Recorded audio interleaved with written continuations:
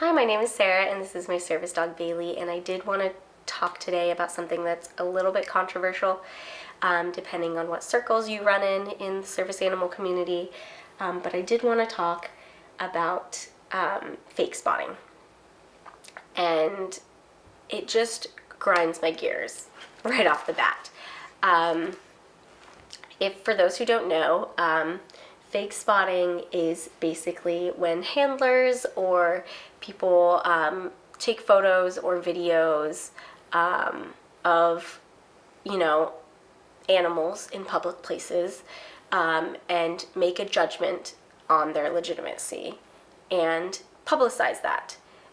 Whether it is to people on Facebook or Twitter or Instagram or whatever, they publicize a person and an animal and say, this is a fake team, they're awful, and typically there's a lot of derogatory language or there's, some strong language associated with these posts.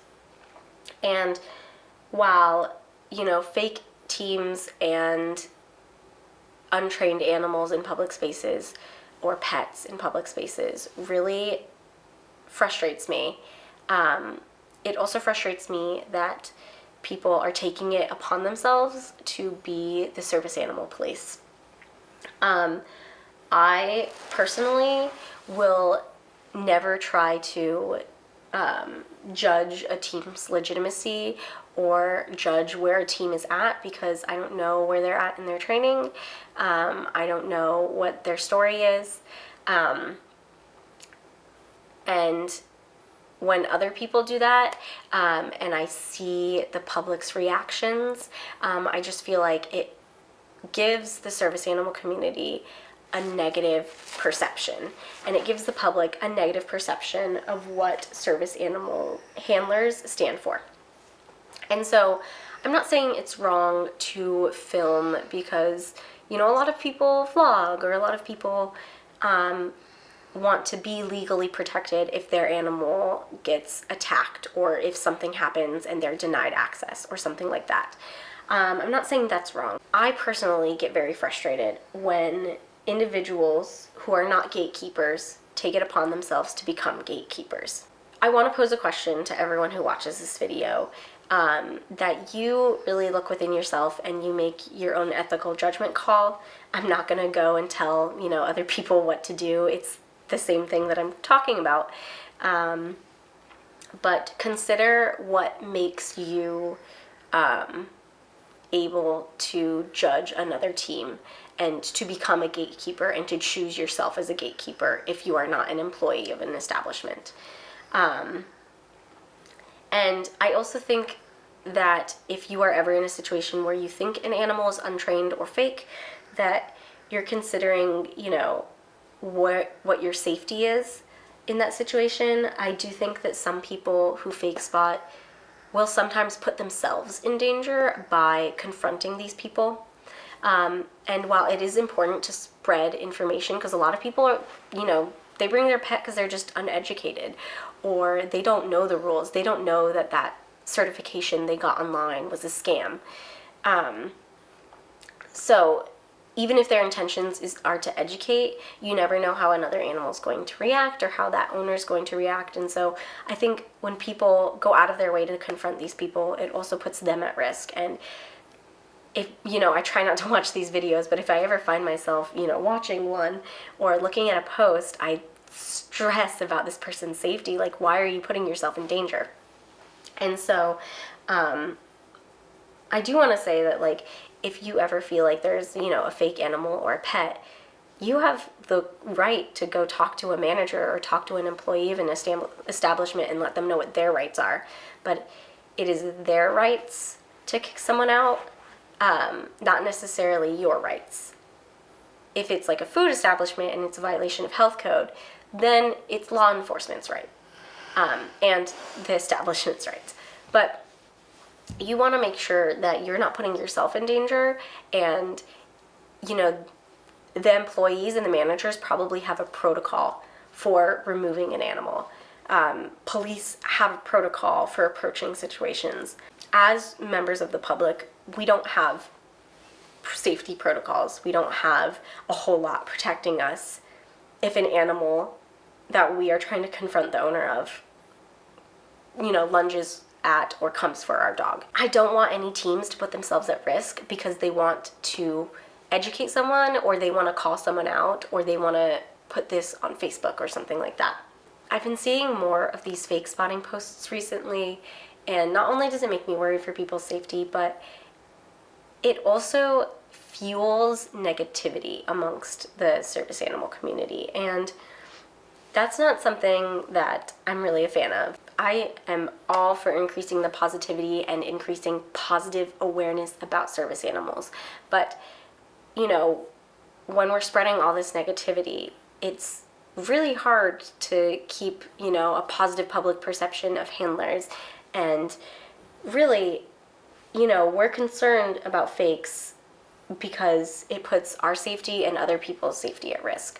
Not because we're full of it and that we think we're better than people, but a lot of these posts, because, they are trying to be the service dog police, it does give off a perception that service animal handlers think they're better than other people.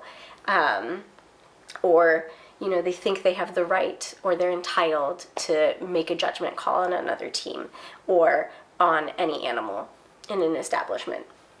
And so, it's just important that in order to make sure that people continue to support the service dog community and support people with disabilities, we have to show them that, we're not all a bunch of negative Nancys who are entitled to make judgment calls about other people's dogs. We are disabled people trying to live our lives, and when we're put at risk, it upsets us. And so that's why we need to follow the proper channels in getting animals removed that are unsafe, instead of taking it upon ourselves to confront those people, or just to take a photo of them and put it online, or take a screenshot of their post and put it online.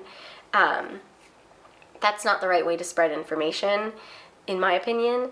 That's just, a way to spread negativity and to cause conflict.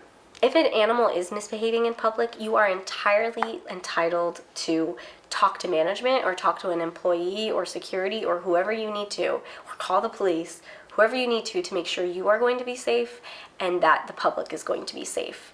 I would not suggest approaching any handlers that you do not know or any teams that you do not know and tell them, you don't belong here, you need to leave. Maybe that animal is in training. Maybe, they're really working on focusing on sniffing distractions, or, when they get excited in a new place, their heel is off or something like that. Maybe the mistakes that you're seeing that are causing you to think that it's a fake team are things that handler is actively working on, or they're working with a trainer on, or something like that.